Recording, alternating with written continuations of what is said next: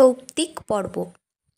দুর্যোধনের নিকট হতে বিদায় নিয়ে তিনজন একটা বটগাছের নিচে এসে বিশ্রাম করতে লাগলেন। কৃপ ও কৃতবর্মা ঘুমিয়ে পড়লেন। দুঃখে ও চিন্তায় অশ্বত্থামার ঘুম এলো না। গভীর রাত, গাছের ডালে কতগুলো কাক তাদের বাসায় ঘুমে অচেতন। এমন সময় একটা পেঁচা এসে সেই ঘুমন্ত কাকগুলিকে বধ করতে লাগলো। এই দেখে অশ্বত্থামার মনে হলো, তাই তো, আমিও তো এভাবে শত্রুদের বধ করতে পারি। তিনি কৃপ ও কৃতবর্মাকে জাগিয়ে মনের কথা বললেন।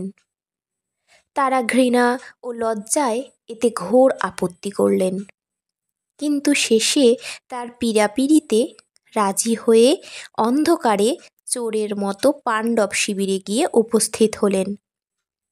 কৃপ ও কৃতবর্মাকে দ্বারে রেখে খড়গ হাতে অশ্বত্থামা শিবিরে ঢুকে পিতৃহন্তা ধৃষ্টদ্যুম্ন, শিখণ্ডী, পঞ্চপাণ্ডবের 5টি ছেলে ও অন্যান্য বীরগণকে পশুর মতো হত্যা করলেন। পরদিন এই বীভৎস হত্যাকাণ্ডের খবর পেয়ে কৃষ্ণ ও ভীমার্জুন রথে চড়ে অশ্বত্থামার সন্ধানে বের হয়ে বহু দূরে গিয়ে তাকে ধরে ফেললেন। তখন নিরুপায় অশ্বত্থামা ব্রহ্মশির নামে ভীষণ অস্ত্র পাণ্ডবদের বিনাশের জন্য ছুঁড়ে মারলেন। কৃষ্ণের উপদেশ মতো অর্জুনও এক মহাদিব্যাস্ত্র ছুড়লেন। 2 অস্ত্রের প্রভাবে পৃথিবী রসাতলে যেতে বসল। তখন দেবতারা উপস্থিত হয়ে দুজনকে অস্ত্র সংবরণ করতে উপদেশ দিলেন।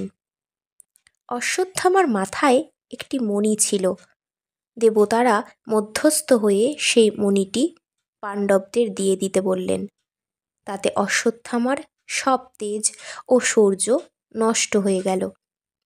তারপর অশ্বত্থামা কোথায় গেলেন কেউ জানে না। এই ভিডিওটি যদি তোমাদের ভালো লাগে তাহলে অবশ্যই তোমরা একটি লাইক, কমেন্ট ও সাবস্ক্রাইব করে আমাদের পাশে থেকো। টাটা বন্ধুরা।